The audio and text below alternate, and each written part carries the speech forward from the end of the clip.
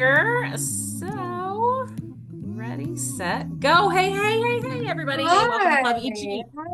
This is our official kickoff again to the Job Search Club. So last time we kicked off a job search council, the idea was to bring people together, put them in small groups, and try to help kind of have little group therapy moments, which was awesome for the first couple weeks. And then everybody became human and ghosted us, and we stopped doing them. So this time, everyone's like, "Where'd they go?" I'm like, "Well, we want to do them, but we also want it to be a way that provides value to you." So this time, we're going to set it up as a speaker series gathering where every couple of weeks we're going to bring in some experts to share their perspective, to share their opinion, to share their expertise, and then to just bring us together for a little more camaraderie. So today I am super duper crazy excited to have Megan Applegate with me, who is in the recruiting world for hospitality. So we are going to talk resumes and ATS and personal branding and all the things she's heard, but from a little bit more of an angle of hospitality, not just generic recruiter world. So Megan, tell us a little bit about you. Yeah. So hi everybody. I am a hospitality veteran of about 20 years. I grew up in the hotel world in catering and sales and moved from Florida up to North Carolina and Charlotte, where I live now with my husband, and I have a 14-year-old, and got involved with a Hilton property up here where I am. And kind of, I don't know, it sounds like most of you guys are in the hospitality realm, but if any of you guys are familiar with this, I kind of hit my wall with what I was doing, and I was like, oh my gosh, I can't anymore in this world. However, I am a true hospitality person, heart, all through and through. So I had an opportunity to get involved with a opportunity with a franchise. So I jumped on board with Gecko Hospitality. I'm not sure if you have heard of them. We are a nationally known recruiting firm that has got the niche in hospitality. We have about 45 partners across the US. And so I recruit specifically for North Carolina and Missouri. But like I mentioned, we've got recruiters, I think even now in Canada, and I think we're in the UK now too. So I jumped into that world, and I've been doing it for about 6 years now. And then from there kind of led me to also understand that recruiting is one thing, but like career development and looking for a job and how resumes are written and how we go about looking for a job is a completely different story from even when I had to do it, 6 years ago. Things are evolving quickly. And so I got into also starting a business with resume writing, LinkedIn optimization, and which is how Liz found me. So I kind of wear both hats. You're going to get the recruiter side of my brain and what I do, and then the resume side too. So I'm super hopeful that I can help with your quest in finding your dream job and help the best I can. So with Yay. that, I think we can get started, right? All right. Yes. So I've asked everybody in the chat, just go ahead and drop in there your dream job. And if you have a dream company, add that because I can have this chat and keep it in my pile of resumes. So because people reach out to me all the time and say, hey, I'm looking for this type of person. If I have this list, then I know exactly who to send them to. So drop it in the chat. If I'm sharing, Liz, Did my music stop sharing? That's maybe my problem if I have that still going. Share. You should be good to share. okay, Is it kicking you out? yes. Hang on Yeah. 1 second here. Let me get it pulled back up. 1 second. Here we go. All right, I have it pulled up. I'm not sure if you're seeing it or not. Not yet, but it's not telling me that my stuff is still being shared. So you should be okay to go. Okay, 1 second. Anyone knows me, technology is usually not my And friend. if you want me to pull it up, I So, can I can go grab it too. and I also have to say, like, I'm not super familiar with like Zoom. I use Teams. So let's see here. It looks like I'm seeing your stuff, Liz. If you just hit share at the bottom and then go on screens, you should be able to pull up yours. You see it now? Liz, she doesn't have co-host rights. She shouldn't need to co-host in order to share. Okay. Yeah, I think I could even share. On my end, it looks like it's happy No I've worries, party. got Megan. some, I've got some that says, so I'm seeing the desktop one, two, right? Perfect. Okay. If I'm on desktop one, I see the thing around it, but I've got my Here, presentation. tell you what, I got you. Sorry. Guess we should have tested this before. All yours. You tell me when to go. What's that? It's all yours. Tell me when to go. You should be Oh, you seeing. can start. Okay. Are you all seeing it? You seeing it, Nicole? Yeah. Okay. Perfect. Yes. Good to go. Okay. So Um, you've got control, right, Liz? So I obviously, do. all right. So obviously we're here to talk about career development. Hospitality hired resumes is my kind of side business that I do career development for, and LinkedIn and cover letters. So this is just where I wrote this presentation from. Like I said, I've got the gecko thing too. So we can move on from this one. So next, Are you seeing the professional brand one? no. Oh wait, I have Maybe. control. I have control. No. No. Are you in the view where you can see what we're all sharing? Or are you in speaker view? Oh my goodness, you guys. Sorry. Um, hang on. I'm sorry, I am in share, right? I shouldn't be in share anymore. If you Uh, want, I've unshared so that we can start this over. If you want to click share at the bottom, and then you'll Okay. see screens. Just pick under your application windows. You should have your PowerPoint.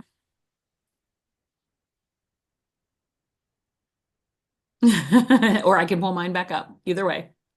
Yeah, I'm so sorry. All I see is desktop one and two, with like a exclamation point, and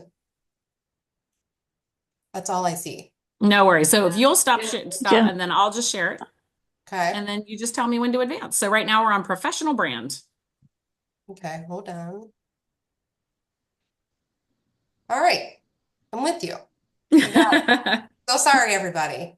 All right, so professional brand.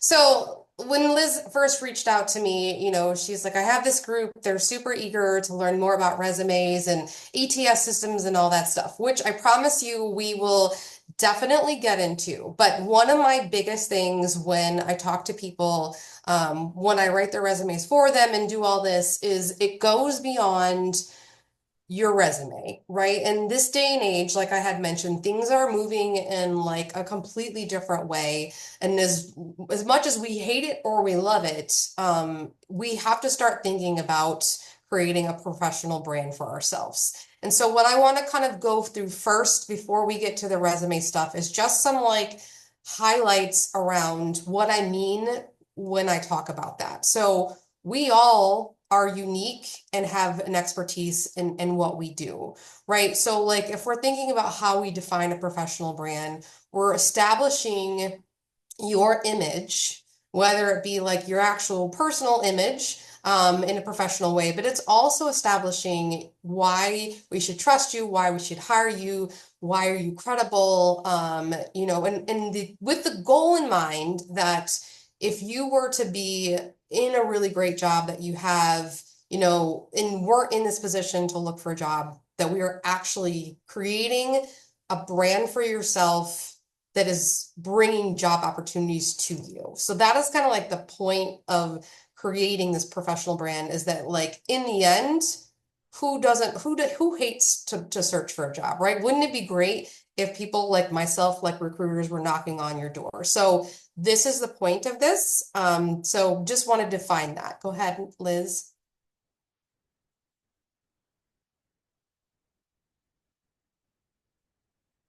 Okay, so defining your personal brand in about 6 steps. So these are just some things that I think, kind of help yourself get started in trying to define, okay, like Megan, professional brand, like, are we going back to school here? What are we talking about? So if we want to like go back to self-reflection, like what are your strengths, your skills? It's almost like going back to writing your own story. When you can write your own story and understand, you know, what you're great at, it's much easier to write your resume and do everything else. So we want to self-reflect. We want to identify your target audience. You know, like who is it that you want to be an expert to?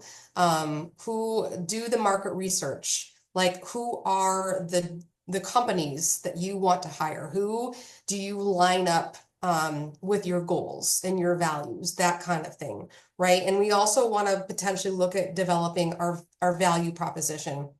People look at me and are like, oh my gosh, Megan, what is a value proposition? And we're going to get into that a little bit more, I think, in the next few slides. But that really should be your opener. Think about it as like an elevator pitch. You know, how many years of experience do you have? Who do you do it for? Why you do it, and why you do it great, right? Next slide. Okay, so we talked about what is brand, a professional brand. So now we're gonna talk about what's your story.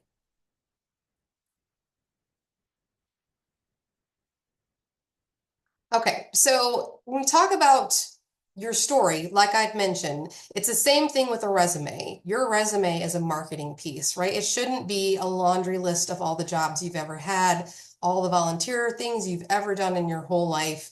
We have to think about it that we're crafting something that's relevant for right now with a thought process that we're creating it for what you want to do moving forward. So when we're talking about your brand story, we're talking about identifying key milestones, highlighting core competencies that you have, so key skills, like I was talking about, like what is your expertise? Share your success stories, you know, that value proposition that I had mentioned. I help, you know, blank achieve blank by providing, as you know, so you can kind of see, like I gave you an example of how you can write that, but that would be something in your resume that like started your professional, I'm sorry, your profile summary. So So Megan, quick question for you. yeah. A lot of folks in this community are 20 plus year veterans. I've been hearing things about when you craft your brand story to not actually say that anymore.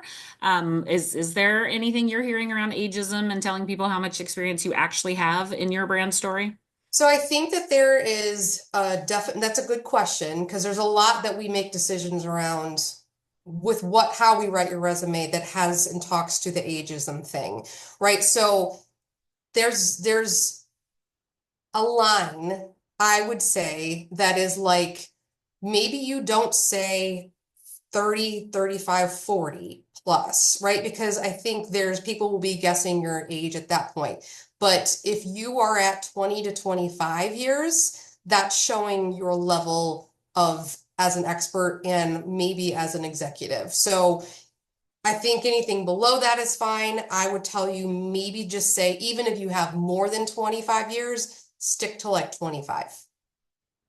Okay, that's helpful. Thank you. And then what about the dropping off of jobs before 2000 in your resume?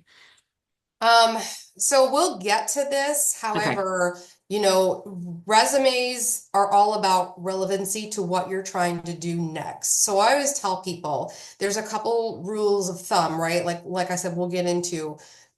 Ultimately, when we have so many different things that we've done, the rule of thumb is that you're trying to stay within 2 pages or less, right?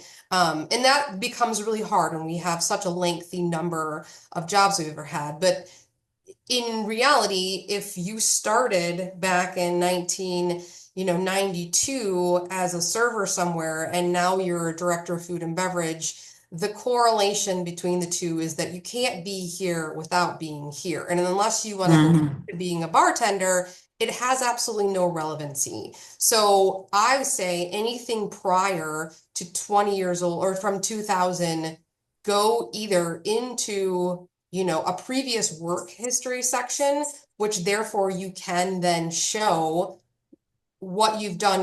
If you're like, but that's such a great company, I need to say I worked for Marriott Corporate for 12 years. Like, I have to say that. Well, that's great. we're going to say Marriott Corporate. We're going to put your title. We're not going to do a date.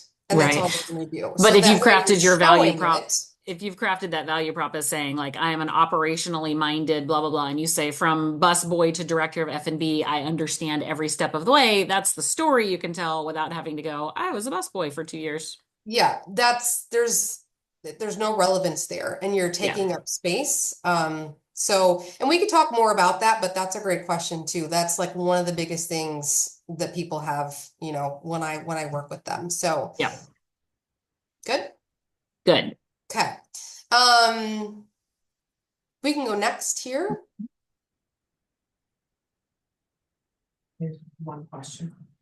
Will the ATS kick you out since you don't? So a question in the chat Yeah. around, will the ATS kick you out if you don't put dates in there? No. No, so, and we will talk about the ATS too, I promise we'll get there, but like ATS really is just a system that takes your information and puts it in a specific way. If there's no dates, it doesn't mean you'll get kicked out. There just won't be a date there. Perfect. Thank you. Yep. All right, so back to this again, identifying your target audience, making sure you're aligning with that, crafting a tailored story, and then being authentic. So we can move on from here. All right, and so again, once you've kind of like understood what a good brand, the professional brand that you have, and then you've done the homework to like decide what you are great at it's all then about, well, what do I do with that, right? Like I'm an expert in hotel sales, but like what do I do? Now we need to get on those online presence and make sure we're optimizing and making sure that you are consistent and have a great brand voice and are creating engaging content. And I know this is hard sometimes, to be like, oh my gosh, I hate, social media, but unfortunately, like this is where we have to be. And I don't think that this needs to be everywhere. But LinkedIn is one of those things that is so relevant now, where as a recruiter, I'm more likely to find your LinkedIn profile before I ever see your resume. So making sure that that is optimized and you are very specific about what you're doing, making sure everything is filled out correctly. Even if you're not writing your own content on your feed, you should be like, commenting on other people's and making sure people understand what your expertise is. I just want to call out that thing that you just said, and I want to capture it. As a Sure. recruiter, I'm more likely to see your LinkedIn profile before I see your resume. So you're saying from kind of a headhunter perspective, you're out using LinkedIn and using the recruiting navigator thing to go find people actively. Is that right? Mhm. Which is why Amazing. LinkedIn is so important, because if you don't have an address, or not an address, but if your location's not there, if you don't have a picture, if it's old and you haven't updated it, then I spend 80% of my day on LinkedIn as a headhunter and recruiter looking for candidates. So Wow. I Okay. can't find you. Yeah. I mean, unless you apply to something I have, but like again, my whole goal is to make sure people can be found.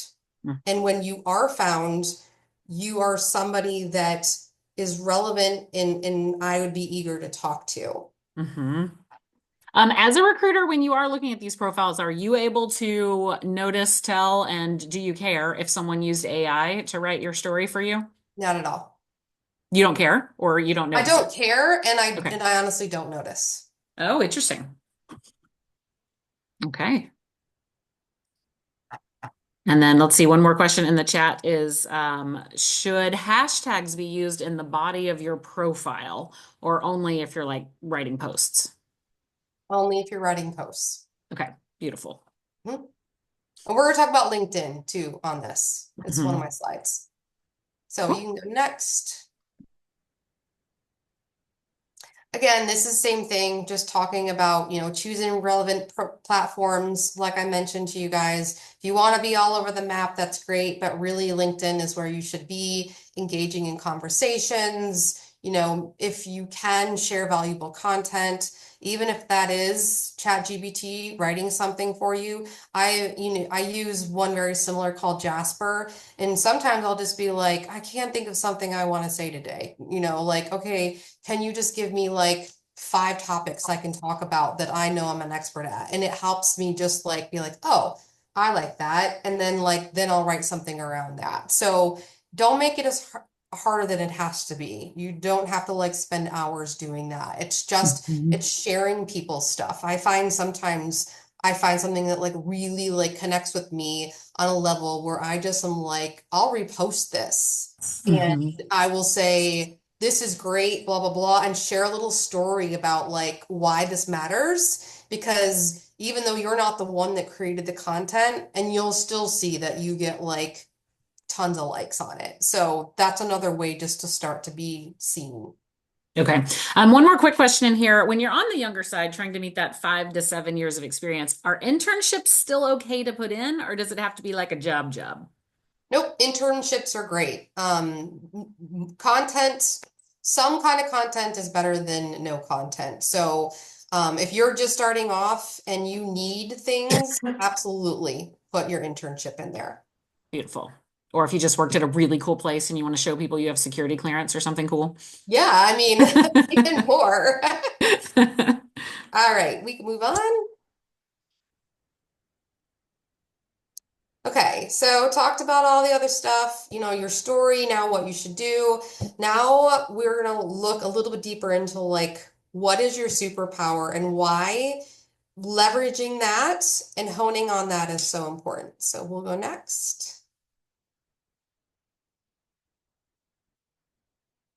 Okay, so now this is really getting into more the legs of like, all right, I understand, I know what I need to do, I know my voice, I know what I'm an expert at.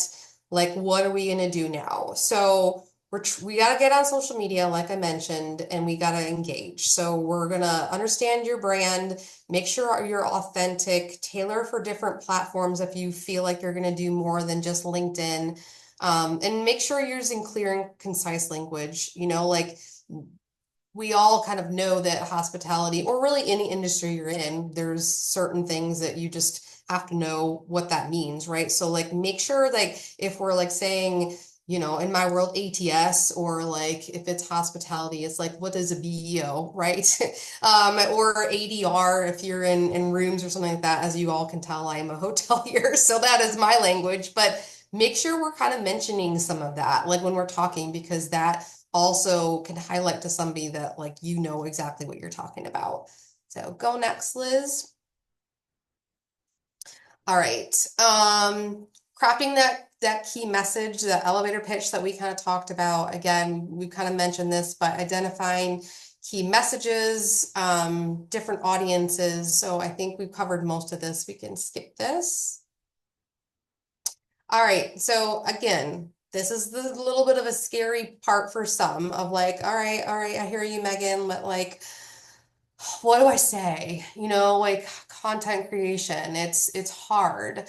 So like I said, you can like I usually keep like a little notebook on my desk. I'm like, anytime I see something, I'm like, okay, that's a great, subject to talk about. I started a newsletter that I send out every month just because I want to be known as the expert in what I'm talking about. It's all about being omnipresent with what you're doing, what you're talking about. People tell me all the time, like, oh, I see your posts all the time. Da, da, da, da. Like that is kind of how I built my brand, right? And for people to know who I am. That's how Liz found me. So, it's the same thing when you're looking for jobs. And I'm hoping that it doesn't take that long. But like the this part is sometimes, even though it's a longer one, it will pay off even after you get this next job if you can keep up with it. So it's more of the long game we're talking about here. You can go next.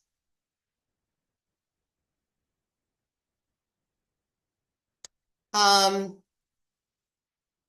visual branding, and this is the online portfolio. So, again, we can't use the word brand without talking about marketing and how important it is to start to really give yourself a look and a feel, right? So things are very much personalized in everything we do. I think you guys probably all know that. It didn't used to be like that. Resumes, everything was very black and white. Don't color outside the lines. Don't use color, the same font. But these days, everything is about how you can stand out as a professional, whether it's in your personal life or in your career life. So this is really talking about kind of creating your own brand. And that comes down to, maybe you just pick 3 colors that go together and you're like, I want to just kind of stick with this. So that can be done in your resume, in your cover letter, in if we're doing a banner.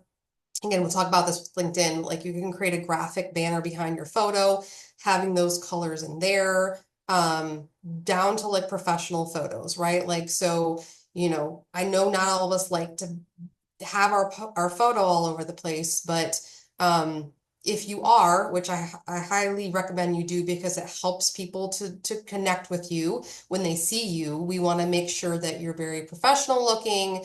It's a headshot. It's not you and your dog or you and your friend. And then you're like, which one is Mike? I don't know. So kind of those small details, creating maybe an online portfolio if you're more of an events person or a project manager that kind of show what you can do. That kind of thing. Include call to action. So if you're talking about anything like that and you want somebody to reach out, call to action. And then just make sure we're updating things. You can go next. Quick question before we do that. So someone who has kind of done a career pivot. So maybe they've been Yes. in events for a little bit, but prior to that, they were design or something else. So should you leave out the non-relevant stuff, or are you just building a story of how it got you here? There's a lot of decisions to be made in that answer, honestly. I think it totally depends, and this is what I tell everyone I work with, that it is all those decisions should all be based on what you want to do next, right? So if there is some transferable skills, if there's some relevancy in any of your actual experience that lend itself to what you want to do next, then it should stay. If you are literally trying to completely pivot into a brand new, industry, then there's questions around what to be left and what not to be left. And the only really way I can tell you to answer those questions is to understand if they have any purpose in potentially what you're trying to do next. So it comes down to, what am I trying to do? And that answering the question, I only have so much real estate on a piece of paper that I have to market myself. Where does all of my experience fit in? If this doesn't fit in, take it off. If this isn't perfect, but you can pull some things from your experience that's transferable to what you're trying to do, and you can talk about those specifically, leave it in. Yeah. So let's say your background was graphic design, now you're doing events, you could either go with a narrative of, I am a design forward event professional who understands the visual appeal, blah, blah, blah, blah. Or if you're afraid that they're just going to stick you in Canva and make you do all the work, maybe you don't want to say those things. Right. But when I hear you say that, I think that there's a huge, advantage to somebody that's in events that has a design background, right? So that to me is we're going to actually point directly to that. Yeah. All right, so we can skip over this. This is basic talk about networking, which also is big, right? So, which is part of the reason you guys are here. You're doing a great job with it. But we can't be known and we can't tell anyone our story, unless we're networking. Networking could be you're on LinkedIn networking, right? You're attending of conferences, events, you're doing meetup groups, you're doing exactly what you're doing with Liz and her club now. So, I think that this sometimes gets just kind of swept under the rug around, the other things that we can do. So this is a huge part of how we get new jobs and all that stuff. So next. I just need that. Yeah.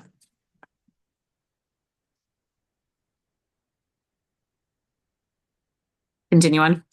Yes, sorry. Okay. Okay.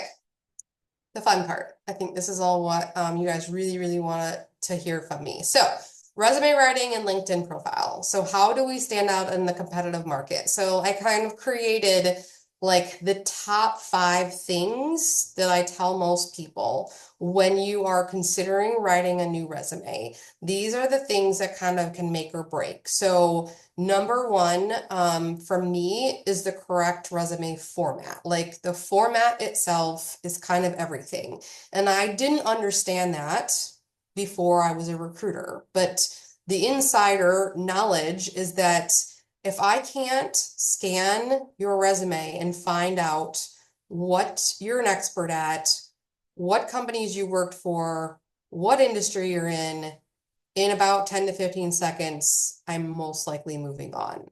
So, and that comes to all kinds of different things. Like it's all about readability, right? Like, can I read this? Can I absorb it? Are you talking about, something that's like in paragraphs? I'm not going to read an entire paragraph. I want bullet points. I want, I want bold in some and not in others because your eye will go to it. So one of the biggest things that I learned about resumes and all of the things is there's so much psychology around it that we don't even know. Like Liz, you were saying about like the ageism thing, but like it even comes down to just like what does my mind automatically do without me even thinking about it? And am I making an assumption on something just because there's nothing said? So it's those kinds of things we really want to get the format correct. And I'm going to show you guys some of the templates I utilize so you can kind of see an example of what I'm talking about. Of course, AI, we all hate it or love it, but it is here to stay. In my view, kind of getting through the AI, it kind of helps us in a way, but really the key here with AI is just making sure you have the correct words needed based on the role you're looking for. So a lot of people, I'll say, go out, find like 3 of the job descriptions that are being advertised right now that you absolutely would love to have and are like, that's key. Send them to me. I'm going to pick them apart. I'm going to look for all those keywords that they're basically stating that they are looking for. That equals they have pain points. They need somebody to make those pain points go away, right? So we're basically going to take that information and we're going to mirror it in your resume. Now, I say that with the caveat, like obviously don't put something you know nothing about.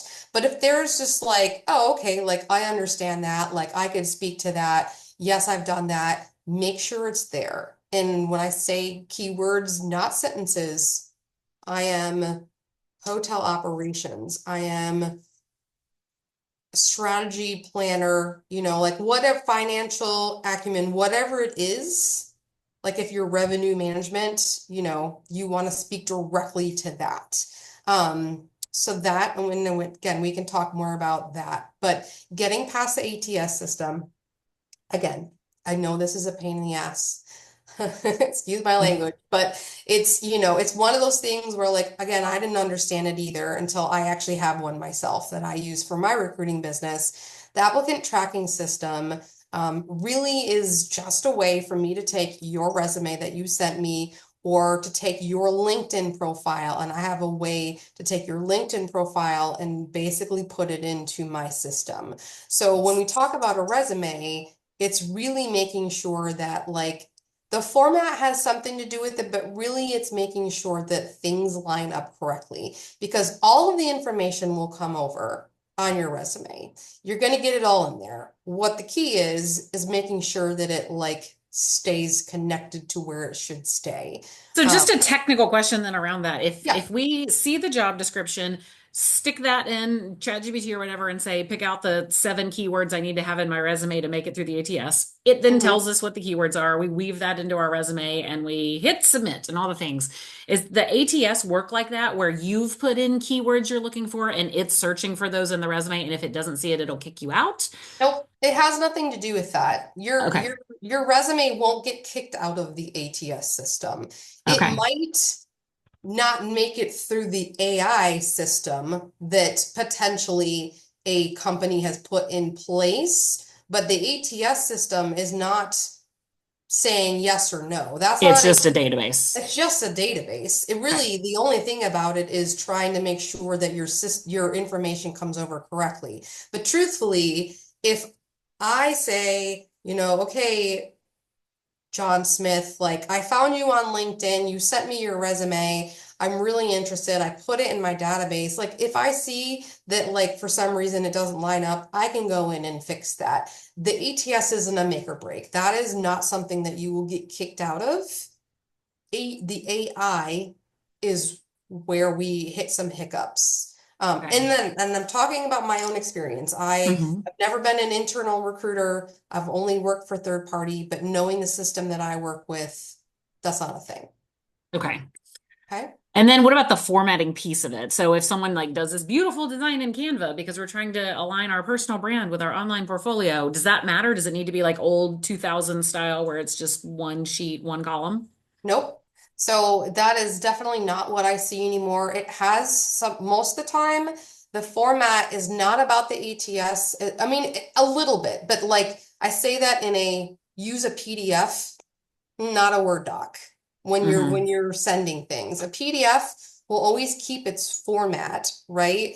The format, that piece is more about when I'm actually looking at it and reading it. It has nothing to do with getting through the ATS system and Okay. its importance. Does that make sense? Yes. And so then what part of I won't call it the ATS, but what part of the system is it that sends you the 1 a.m. auto rejection? Say Because that it's again. not a person looking at your resume. Say that again. What part of the system is it that sends out the 1 a.m. auto rejection that you got from applying? And you know it wasn't a person that looked at it at 1 a.m. So what is this AI overlay thing you speak of? So I can't speak to that because I don't know. Honestly, because I'm not in HR. I don't know, if you apply to IBM, why you'd get that. I'm not sure. I can tell you that the only way I reject people, is if I do it myself in Ah, our okay. system. So Hmm. yeah, I wish I could answer that better because I am sure there are much larger companies that have that as a piece of it. But it is people making decisions. Okay. Well, we will bring on somebody who is on the inside of a brand to help tell us that in the Yes, future as yeah, well. that So might be helpful because I perfect. don't have to deal with that, luckily. Yeah. Uh, Um, okay, and then highlighting the key career achievements. This is one of the big ones too. So many resumes I see are just a daily list of job duties that doesn't give any kind of quantitative results. So if you really want to stick out and stand out against your competition, the big thing here is to think about the impact you've had on these companies, and making sure we're using metric-driven quantitative information when we're talking about the bullet points. That's a huge piece a lot of people miss. And it doesn't have to be every single one. It doesn't have to be like, oh my God, I can't, and that's why I always tell people like, I get it. You can't go back, 5 jobs ago and make stuff up. However, it doesn't always have to even be revenue driven. It can be like retention. It can be, guest scores. It can be whatever is a something that can be measurable that you've done to improve with your company. It will definitely give you a bump up. So that's huge. And then, of course, as we talked about the personal side, it's about visual presentation. So, if I'm looking at your resume and I get like, I have a stack over here, right? Like I printed a bunch. And I'm like, oh my gosh, like I gotta look through all of these. The ones that are gonna make me actually look at them and stand out are the ones that are a little bit more visually appeasing. That's just, again, comes back to the psychology. It's not that I think I give anyone else privilege because, there's a little bit of color, but there is I forget the study, but there is like something done where like if you even with a picture, right? Like we always used to say, oh my God, pictures on resumes. No, that's terrible. Don't ever do that. And I understand why. However, if I see somebody's picture that's professional, smiling, and looks good on a resume, because it's now more of a marketing piece for yourself than it is, I am more likely to connect with them than anybody else. And I will also tell you, just like anything else, if you don't have your picture on your resume, and I'm not saying it's for everybody, don't get me wrong, like I would, that's a one-on-one case decision. However, most likely you have your picture on LinkedIn, so they're going to see it anyway, right? Yeah. Okay, next.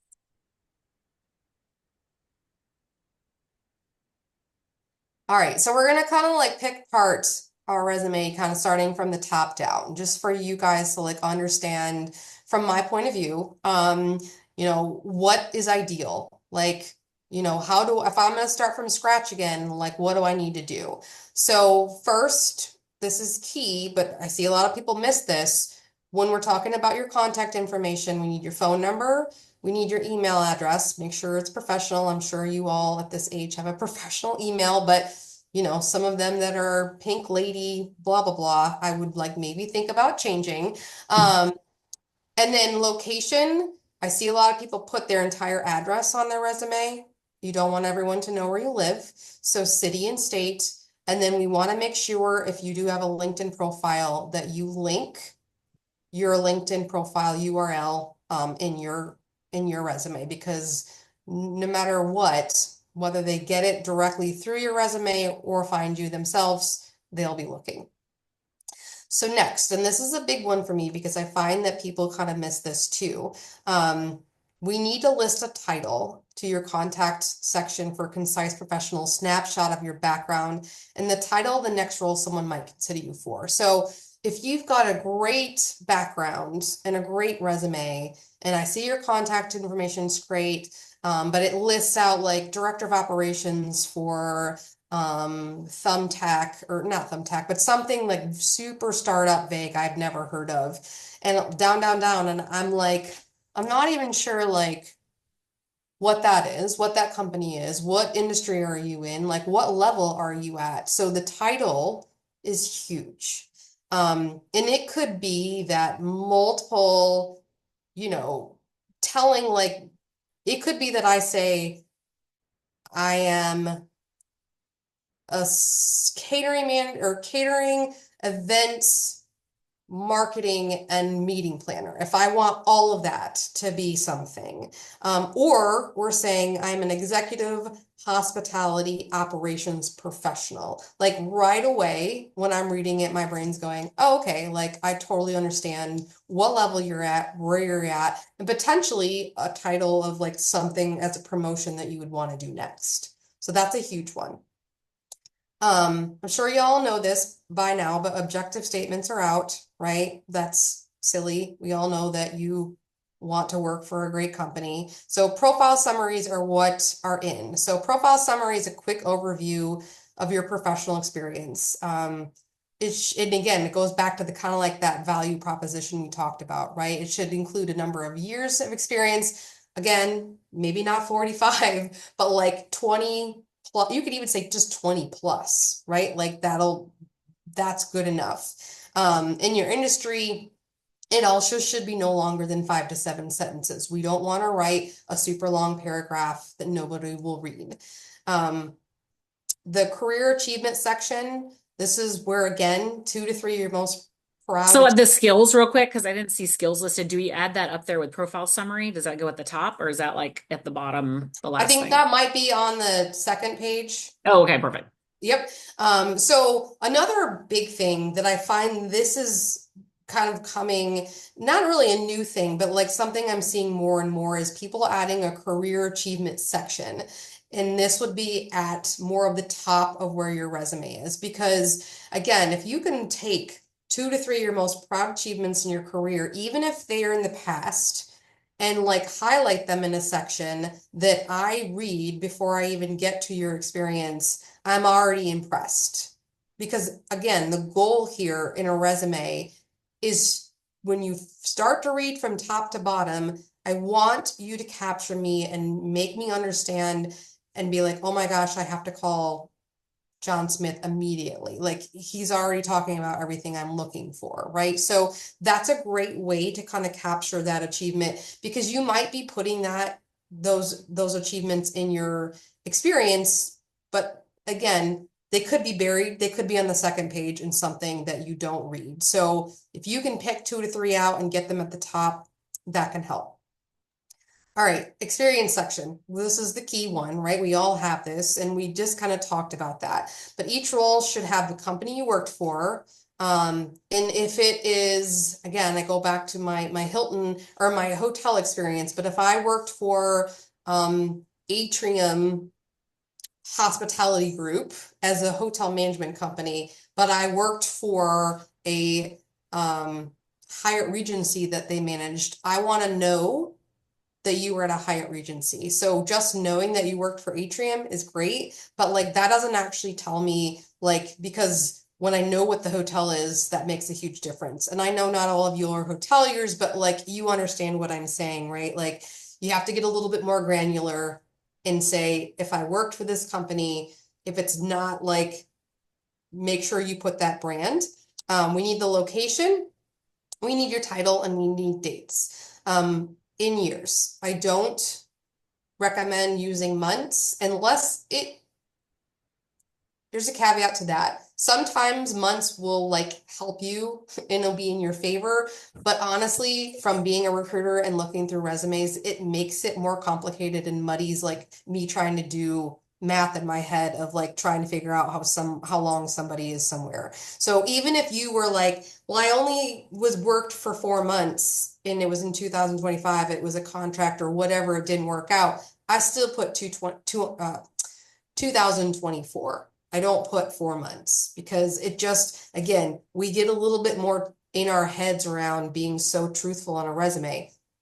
I do not tell you to lie. That's not what I'm saying. I'm just saying, keep in mind your resume is really your way of telling your story in the best light possible. So no one is going to fact check you. I'm just being honest. Like, I'm not saying nobody, but So like, great to hear. yeah, they're just not. We get so caught up in all of that. And I'm like, do you really think somebody's going to call your boss and be like, was it really 50% increase? You know, My like, husband 100% has this fear. and maybe that's just hospitality, or maybe that's just my recruiter experience, but like that doesn't happen. I might call references. I might, if I'm really down to the wire, just make sure you worked at said company.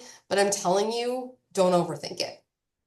All right. So, city and state, another overthinking moment. I live in Hutto, Texas. No one in their right mind would know where that is. They'd have to pull out a map, and that's a lot of work. Would I just put Austin metro area? Correct. Okay. Yeah. Or if you don't want to put the city, you can always just put the state. Some people like are like, Megan, I don't want people to know where I'm located because I don't want them to think that like, I'm I'm limited. relocatable or something like Mm. that. But honestly, like it leaves too much open. And I never have that thought process. Like if you're reaching out to me, my very first question most of the time as a recruiter is, are you relocatable, right? So I think owning where you live just helps with like an understanding of like where you're at. I don't think from my point of view, it hinders somebody's thought process of like, well, I'm not going to contact that person because they're not where I live, or like they won't relocate. Well, most people So, live. and this is probably not something you deal with in hospitality, but I know we have some folks in our community who are based in India and they shift and do American time zones. So, is it something where where they should say based in India, work on American time zones, remote, whatever, and just be upfront about that? Ooh, that's a good question. Um, Or is that like a second date conversation? Yeah, I mean, it's a hard one for me to answer because I mean, my initial thought process is like, it shouldn't matter as long as you're working on American time zone. However, what we don't want to do is have people make assumptions, right? What we're trying to avoid is like, Right. don't give them a reason to make an assumption. So if there's anything that you feel like could, and I guess maybe location is one of those, if you're somewhere that like they could make an assumption that I'm not, whatever, if you live across the world, then maybe you don't. I don't think there's like a right or wrong there. I think you have to answer the question of like, like what's the relevancy to what I'm trying to do? And if I feel like there would be any like assumptions made, we just like go with taking it out. If Right. it, Okay. Yep. Makes sense. okay. All right. And then these are the other kind of things that I talk to people about when we're talking about resumes, right? So you talked about skills, Liz. So that is like this is one of the big ones that I do for everybody that I work with or help with my knowledge, right? It goes back to that professional brand. What are you an expert at? Like that is really what I want to know. It's one of the very first things I read when I'm looking at a resume.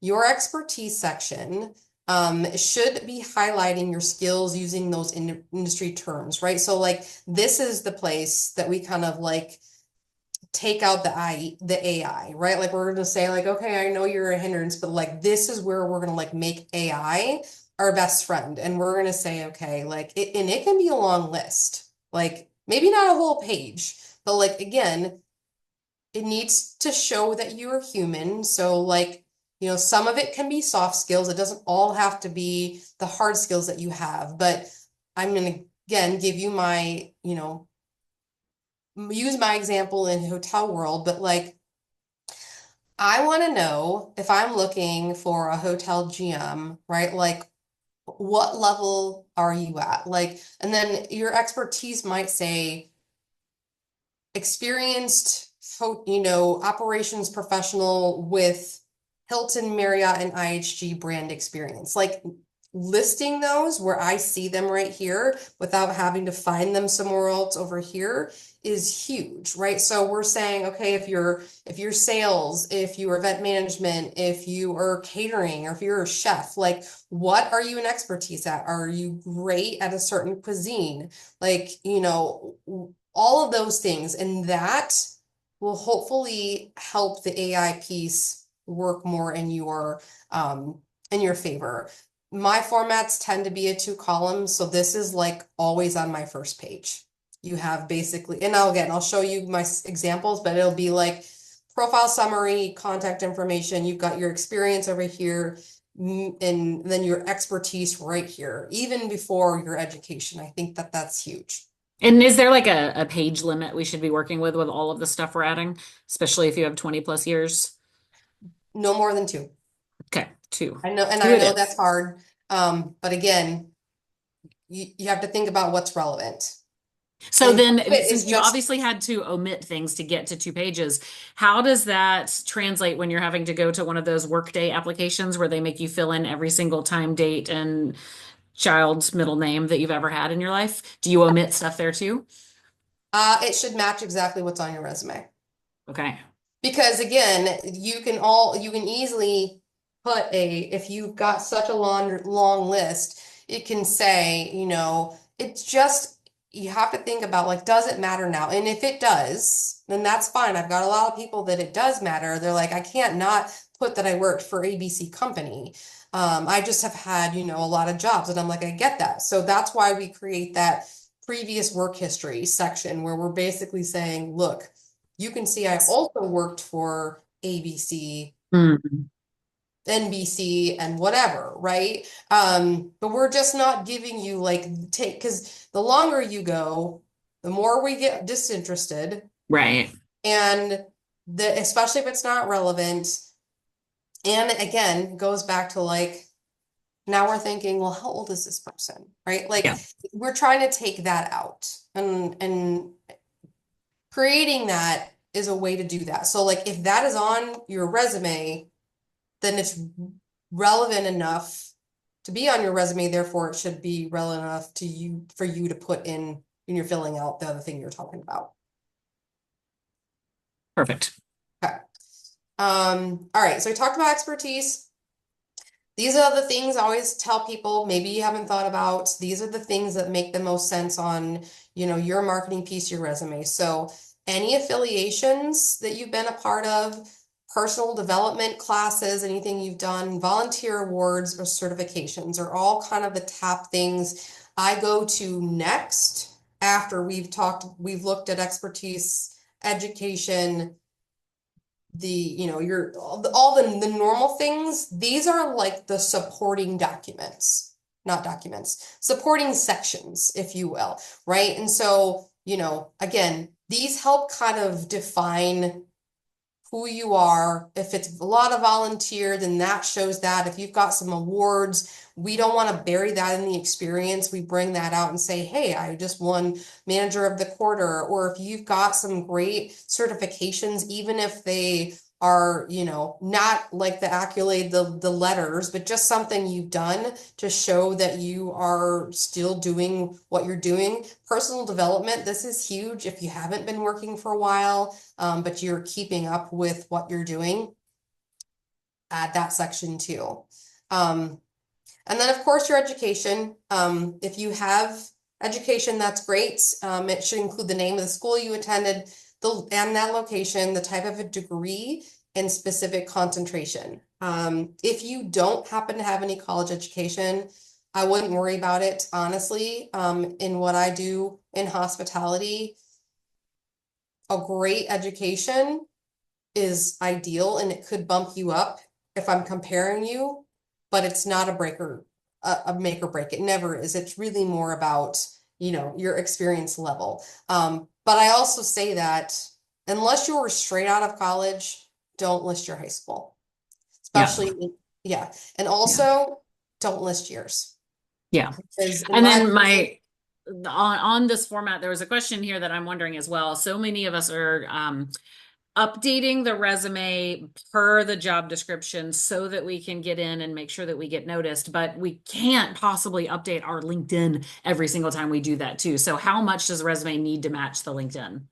I mean, yeah, I don't think that it should mirror it, but it doesn't need to be an exact replica. I mean, as close as you possibly can, because it should say the same thing, Right. whether somebody's reading LinkedIn or a resume, but like we know that your resume is the one thing that's like you actually send to people. So I wouldn't keep changing it around if it were me, your Yeah. LinkedIn. Okay. Perfect. Yes. Okay.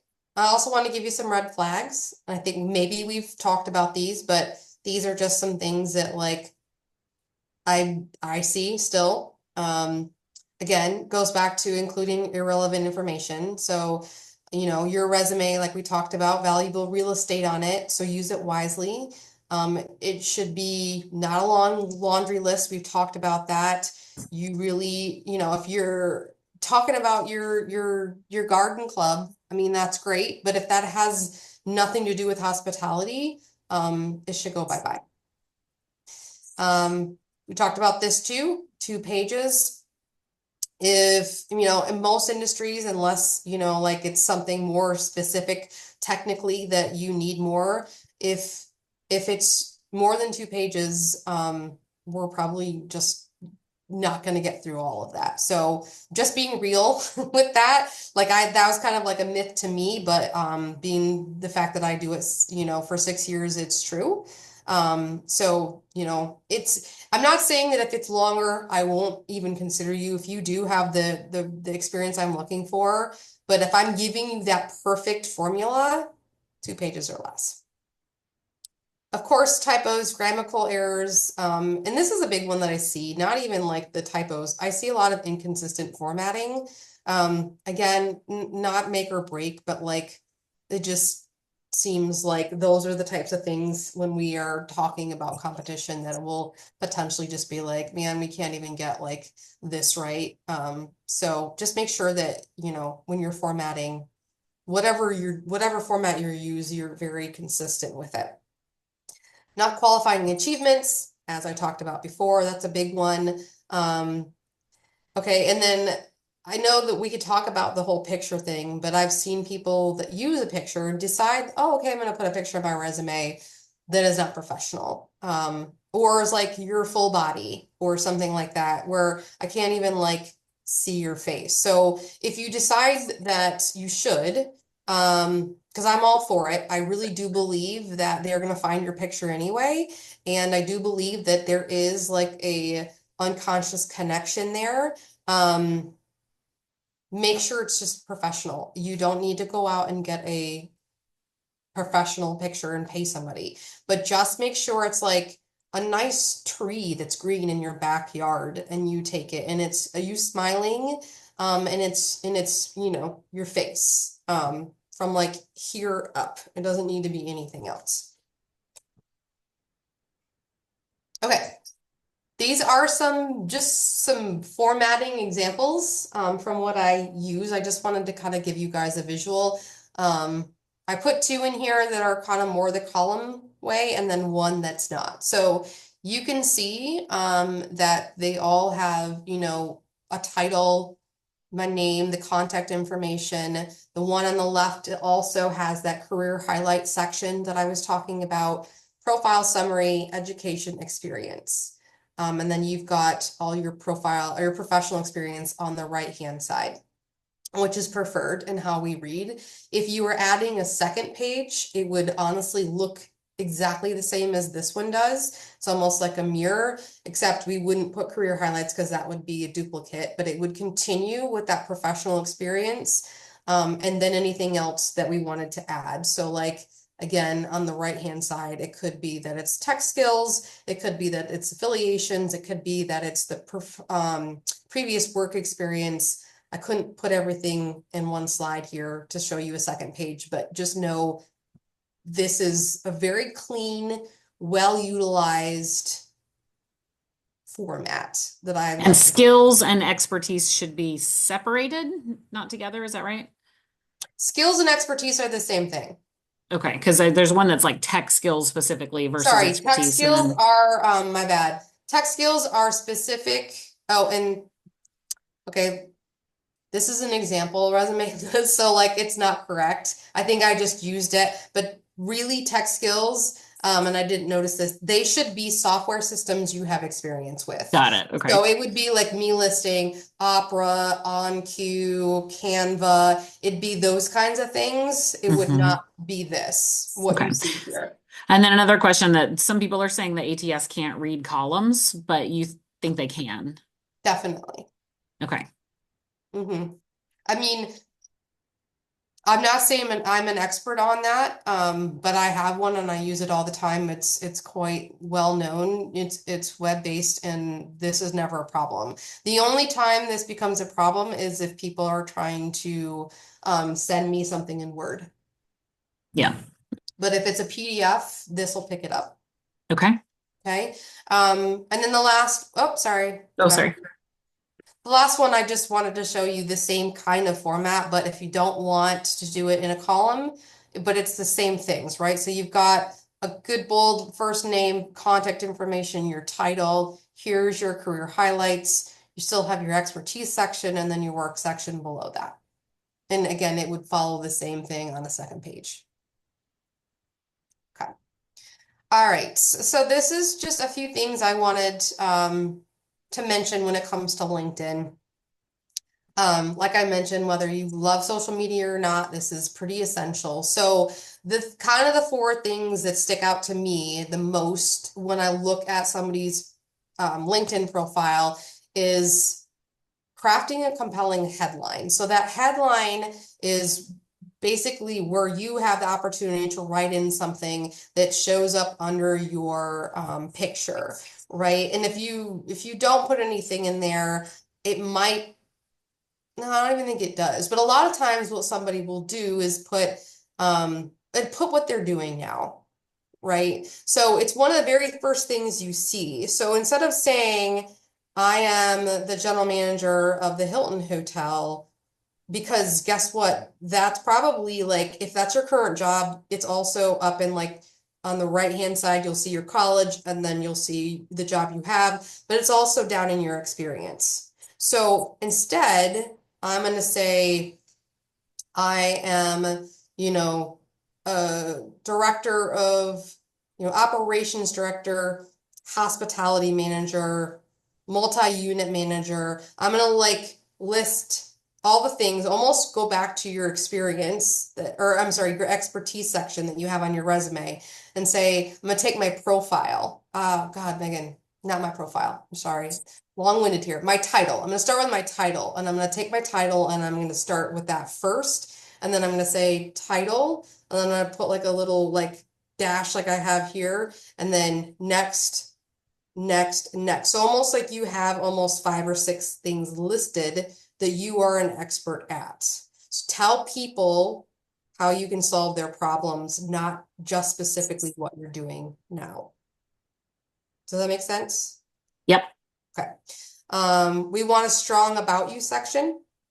So this is a place to tell your story, share professional passions, key accomplishments, what drives you.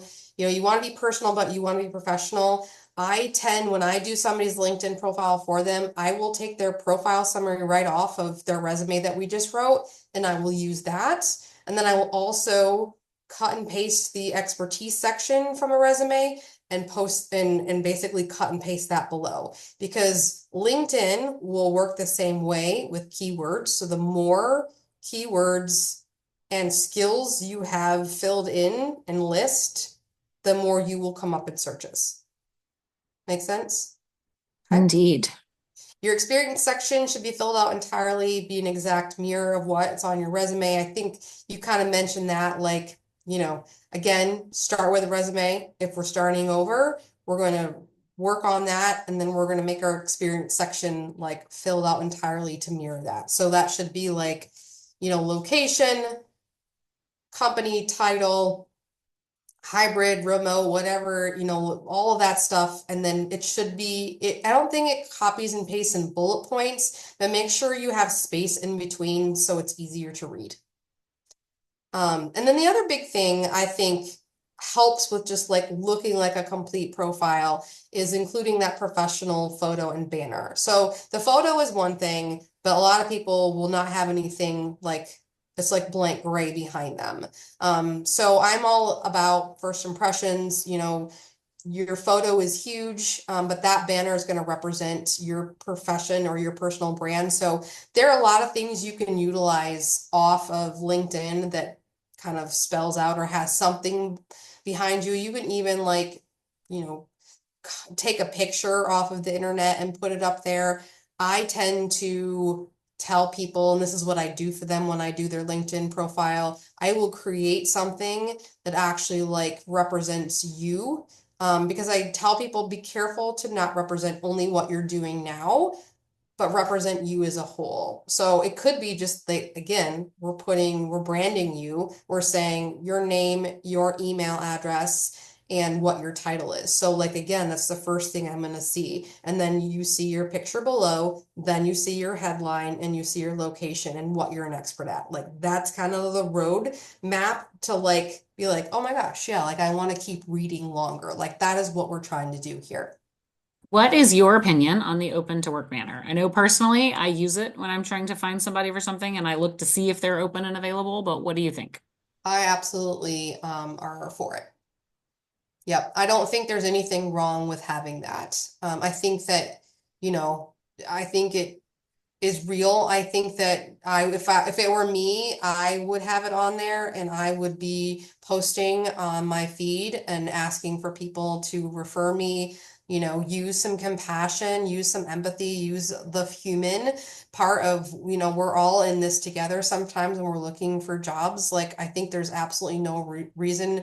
And I do a lot of sharing with, be like, oh my gosh, like, especially if it's somebody I'm connected to or whatever, that I'll just take that and share that into my, my world. So, because I don't see any reason not to, I guess. Yeah, except as we're seeing in the chat, if you are secret shopping and are currently employed and would not like your current employer to know, maybe don't use the banner. Okay, well then yes. That's a different story. If you are employed, don't do that. However, I'll give you a caveat to that. Don't put that you're open to work.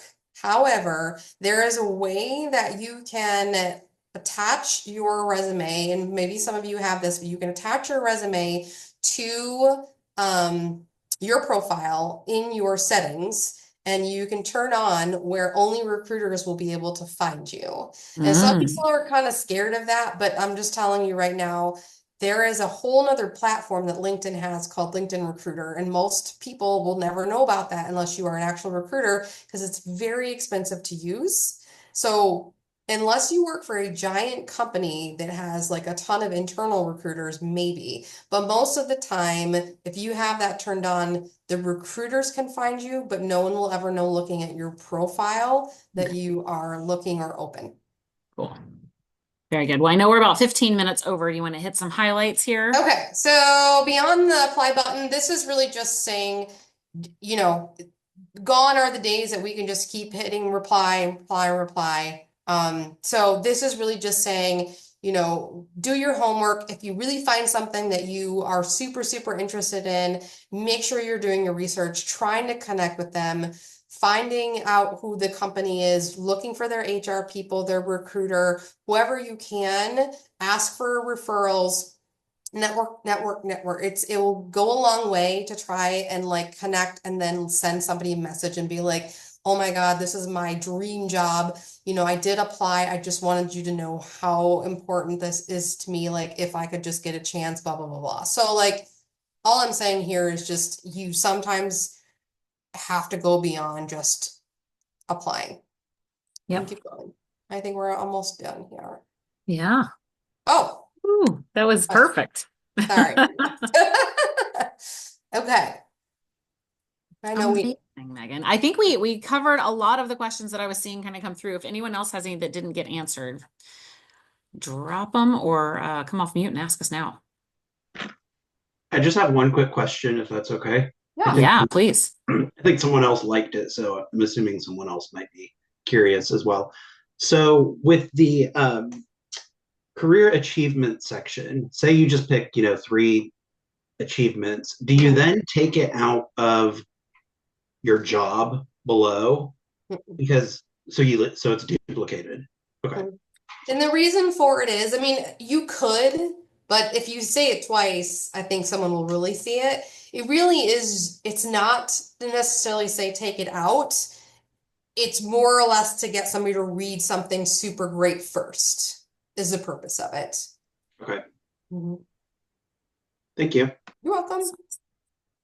Megan, this was amazing. Thank you so much for sharing all this information with us. And for those of you that are on here, we will send out the recording if you want to go back and revisit things. And then Megan has offered to share the slides, so I will share those with everyone who registered as well. And then Megan, how can people reach out to you if they want resume support or services that you're offering? Yeah, it was on that last slide. I don't know if you have a way of going back to it or not. There it is. Look at that special offer. Oh, yeah. I mean, again, I hope that I shared enough here where maybe you won't need me, but if anyone is just like, you know what, I'm done trying this on my own. I just want a professional. I want somebody to just do it for me. You can find me at Hospitality Hired Resumes is my website. You can email me, Megan at Hospitality Hired. I gave you my LinkedIn. Like Liz said, she will share this slide deck with you, so you'll have this. And I am offering a little bit of a discount on any of the packages that I have. So hopefully that's helpful. I appreciate you having me on, Liz, and able to share my knowledge. I'm hopeful that some of this information helped you guys. Absolutely everything helps everybody right now. Yeah. So we are all in this together. And I really appreciate you spending this time with us today, Megan. Sure. Yeah, I appreciate you guys. I hope you all have a great rest of your day. Thank you. Thanks, everybody. We'll see you soon. We'll see you in the Slack channel. Bye. Bye.